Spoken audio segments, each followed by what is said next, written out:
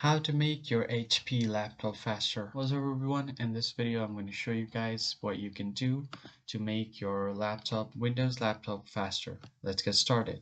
So the first thing that you want to do is go ahead and open your run dialog box, and then to do that you can press Windows plus R. It will open up your run dialog box, and here you are going to search for prefetch. Now what this will do is open up this junk folder where all of these files are stored.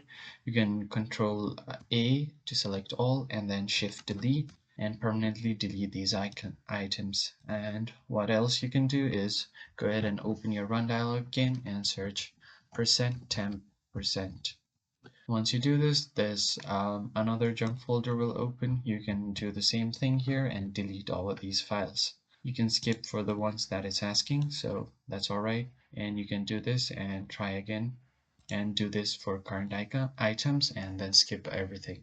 And once this is done, what you can do is go ahead and open your dialog box again and then search for temp.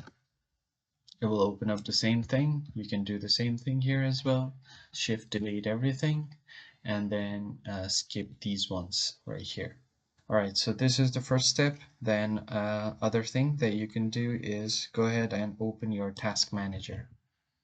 So from here you can open your task manager, and on the left side of your screen you can see different icons. You are going to tap on this one that says startup apps, so just click right here and check if there are any apps enabled, startup enabled apps. Just right click and disable these ones. So once you do this, check everything and disable the ones that you don't need.